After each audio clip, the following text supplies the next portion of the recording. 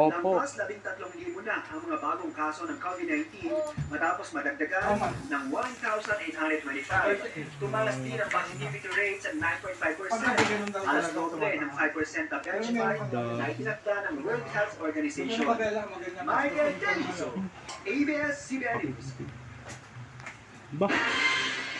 Patuloy na bumubuti ang kalagayan ni President Ferdinand Bongbong Marcos Jr. matapos na muling tamaan ng COVID-19. Ayon kay Press Secretary Trixie Cruz Angeles, sinuri ng kanyang personal na doktor ang Pangulo kahapon at sinabing malaki na ang ibinuti ng kanyang kalusugan. Wala ng lagnat at hindi nawala ng panlasa at pang-amoy ang Pangulo. Hindi rin namamaga ang lalamunan at wala ring pneumonia. Dagdag ni Angeles, kahit may COVID-19 at naka-home isolation, tuloy ang pagtatrabaho ni Pangulong Marcos at patuloy ring nagbibigay ng direktiba sa mga miyembro ng gabinete. Nagpositibo ang Pangulo sa antigen test nito. Yung pader nila, parang Kala ko nagtatrabaho niya kung tatrabaho mo habang nag-aalaga. kaya nga na, pag malakas yung Naman, tubig, hindi naman nanalo, doon lumagas na yung tubig, pader, kaya nakuha yung pundasyon yung sa pagkasa ng tubig. Ayon kay Carl Justin Buena Obra, marketing manager ng Glaze Resort, may mga aksyon ang ginagawa ang kanilang pamunuan para maiwasan ang ganitong insidente. We actually want to do it in quality assessment and assurance para naman po when we return our service to our customers, to the people, we can ensure for safety. Dagdag pa niya, walang nasaktan sa pangyayari pero isasara muna ang resort para maisaayos ang lugar. Hindi, yung cream na lang. Patay ang 25 Nice. inang matapos Yung cream na lang. ang yung bahay sa paanan ng bundok sa barangay Gabon. Ayoko yung gusto ko, ganun eh. Niya ang tatlong anak. Yung bahala na. Siya sinunod, nagka-landslide sa barangay Mandang sa bayan ng Boston dahil sa pag-ulan. Nagsagawa ng clearing operation ang taga-PFP at pag-responding units. Nagsagawa naman ng malawakang paglilinis ang ilang lungsod at bayan sa Cebu matapos ang ilang araw na pagbaha. Sa Davao de Oro, nagkabitak-bitak ang bahagi ng kalsada sa Puro 4, Baba, Barangay Mangayon sa Compostela. Hindi na madaanan ang hanging bridge sa Puro Gumamela, Barangay Buso sa Mati City, Davao Oriental. Ito'y matapos masira ang column nito dahil sa pagdragasan ng tubig sa ilog. Nagkaroon din ng pagguho ng mga bato sa kalsada ng Barangay Culian. Isinagawa na ang mga clearing operations sa lugar. Rod Masanas, ABS-CBN News. Baka nagmamadali ako, no? Magkaibang pa. Magkaibay na sa lakay. Pareho yun? Hala. Kasi kapasama din, di mo ipasok yung isa ko rin. Optional na lang ang Papalit-palit ko pagsusuot para ng di face malasag mask sa kondisyong maganda ang pag-roll out ng booster shots sa COVID-19. Tiniyak naman ng bigas ng mga gobernador na paigtingin ang kampanya sa booster at pagpapatupad sa minimum public health standards at protocols. Nagpapatrol, Michael Denizo. Nakakuha na ng ikalawang booster shot kontra COVID-19 ang senior citizen na si Mang Alfredo sa pagpapatuloy ng booster rollout ng Philippine Red Cross sa Mandaluyong City. Ikaw ba tumatawag sa akin? Protektado siya laban sa Ha? virus. Mas maganda na Ikaw yun. tayo ay 0908 ano? para maiwasan ang vaccination, Ay, booster. hindi ko number yun. Hindi nangangahulugan 0969-019-062 number ko eh. Smart. Sa walang bahala ang pagdating ng Alam mo COVID-19. ng charger ko yun. Para sa ilang teenager, Sige, dalawa yun. bilang Ha? paglalagda sa face-to-face Anong classes, tabi tayo? marami na naman ang mga kaso ng Magkakawan tayo, mama. Ay, Kinakabahan pa naman po ako. Yung birthday po ng katawan ko. Nakakabahala po since nahawan na nga ako. Hindi na pwedeng lumala. number of cases natin dito sa bansa po natin. Saka marami na din pong nagsisilabasan mga tao. Nasa 15 million pa lang ang may booster sa bansa. Maliit na porsyento na 71 million na fully vaccinated. Pakalayo ng disparity, we're talking about close to 55 million na fully vaccinated pero wala pa ang kanilang third shot. No? Ganun karami yung doon talaga tayo nagkukulang. Kabilang sa pwede nang tumanggap ng booster ang taxi driver na si Jonathan. Pero mula sa iba Yan ba? ayaw niyang magpapakuna uli. Dapat gawin sa iyo. Loob, Edwin, loob yan.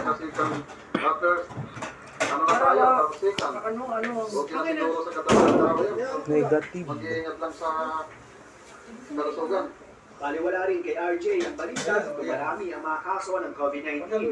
Yung first dose nga po tsaka second dose eh. Napilitan lang po talaga ako ng... Sige. Ito. Kaya, Wala na yung iba rito, wala na yung makati rito. tapos nan. Ang galing, no? Nice. Huwag masyadong lang yan. Tingin nga natin kayong kati rito. Ito? Ito? Bebe? Opo. Ito to? Opo. Di ko lang napapansin yung sinasabi mo eh.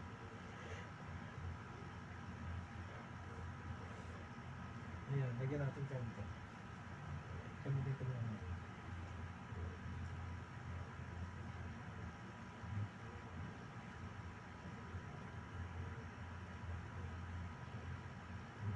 Okay? Okay. Nadoblihan ba kita ng damit? What do you think? Anong gusto mo? Hello.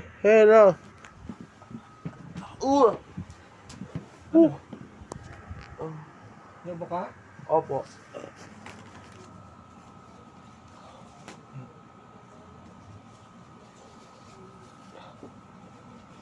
Oh, dahan-dahan. Huwag isisinga masyado, baby.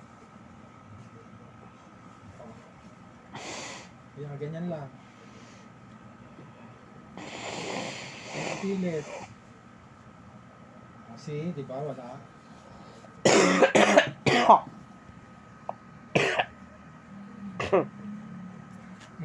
Oh, may plema, may ano. Okay na. Nawala na. Hindi to. May tumulo. Nasaan? Diyan. Wala naman eh. Sige.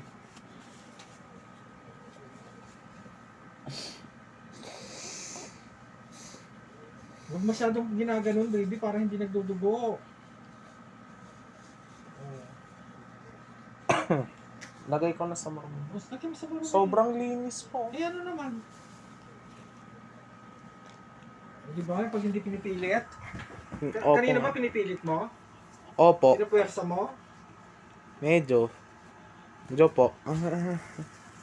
Kaya nga huwag kong pinapuwersa, dudugo talaga yung ilong. Nakakatakot ng... Tsaka pag uubo ka, huwag masyado OA, ha? Normal umulan. Ginagawa ko lang yun para lumabas yung plema. opo, pinupuwersa ko. Kaya nga, pinapuwersa mo nga, kaya ayun nangyayari.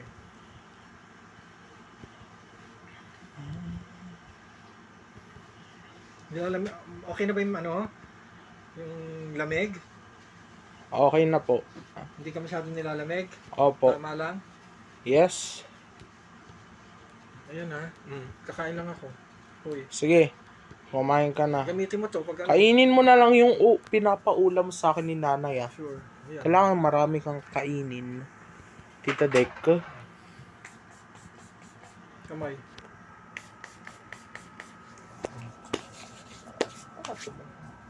One more.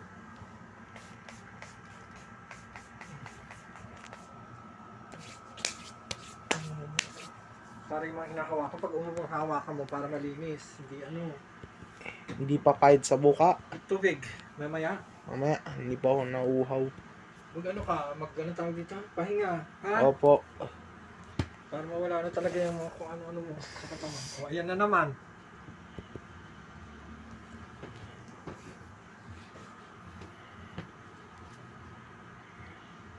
Ano tawag dito? Dapat...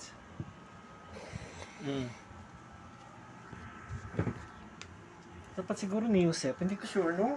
Baby? Sinisipon ka eh, no? Huwag nang niyuse. Di pues, pabili tayo. Mamaya na lang kay mama mo. Titignan natin ito. Hindi mo na kaya. Saka ba bibili? Huwag mo sabi bibili ka na naman sa Mercury Drug ah. Okay lang ba itong... Diba hihingaling ka? Okay lang ba itong lamig? Bakit check mo na lang din pag nandun na si Tito Paolo? Okay lang ba yung lamig? Opo. Paki-check na rin kung nandun si Tito Paolo ha. Para makausap ko siya. Tito Dek, pagka wala pa, Dito muna ako. Hindi ka pa na ano ng electric pa nakatutok sa'yo, hindi? Ayos lang. Patay ka ilaw? Ikaw. Naliliwanagan naman ako. Masarap naman eh. Sige na.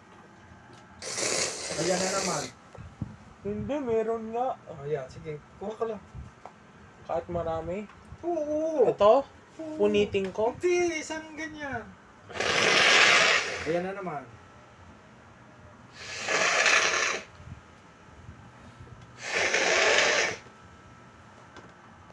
Patingin.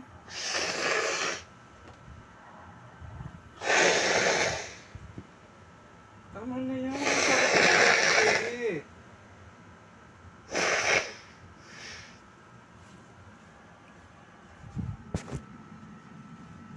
Plema. Oh.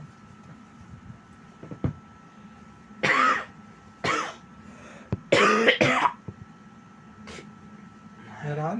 Hindi. Nalaman?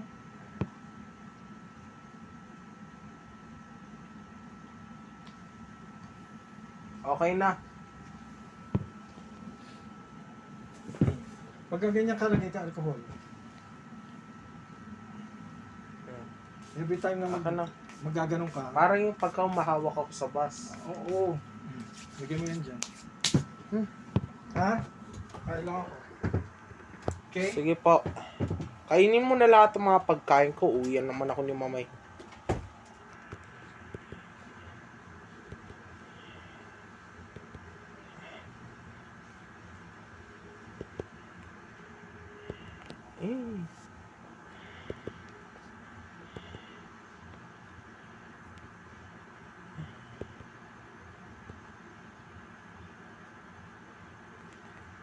Ma?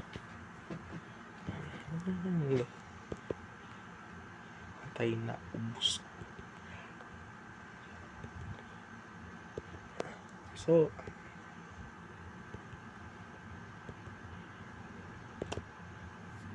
okay.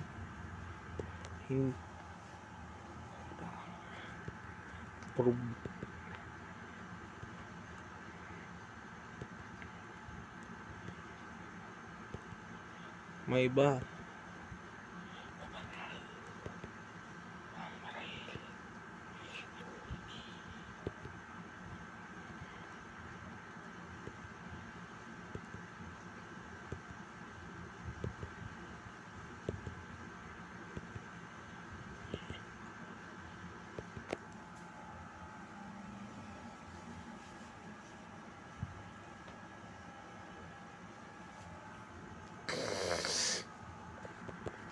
Layo naman.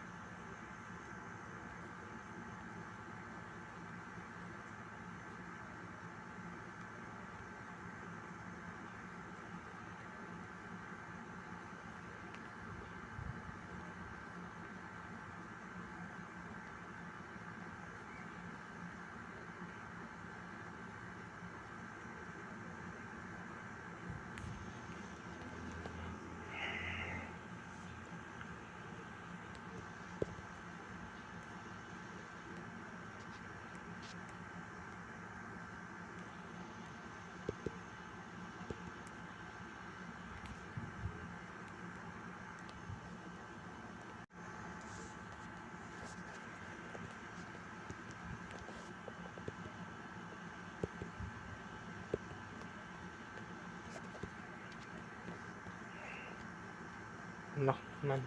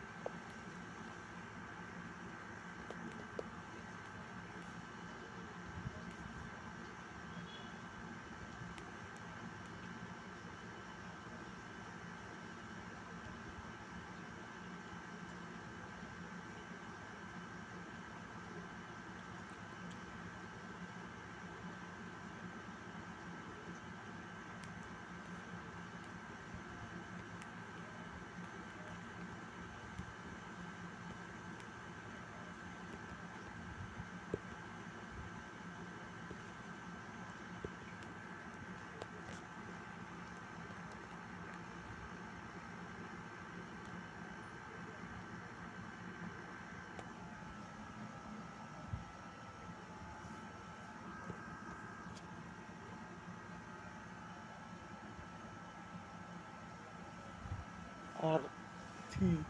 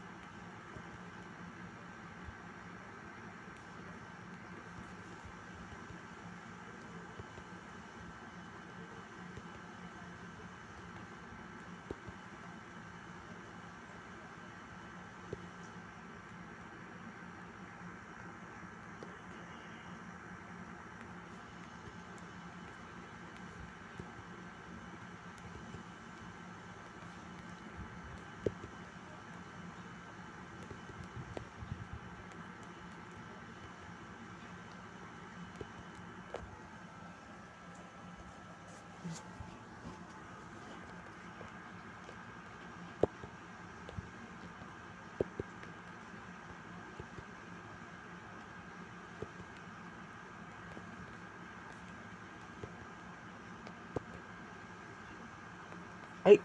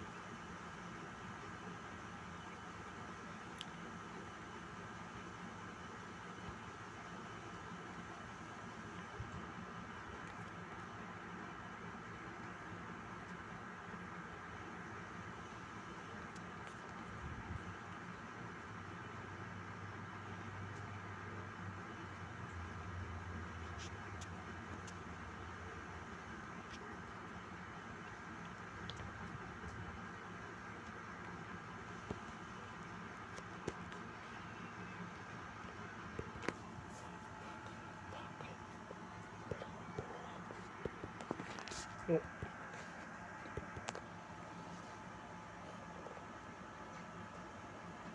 mo.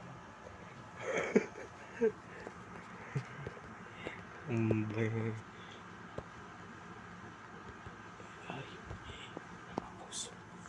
Merong magsal. Huwag daw ka ipon. Baliw yun. Ipunin daw. Sige, ipon.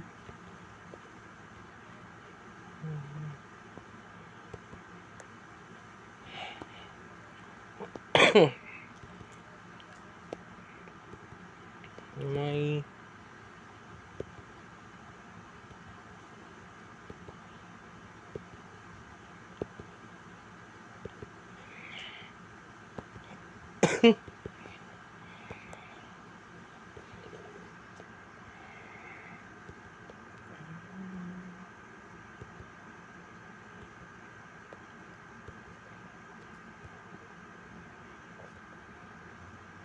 pues, pulubik.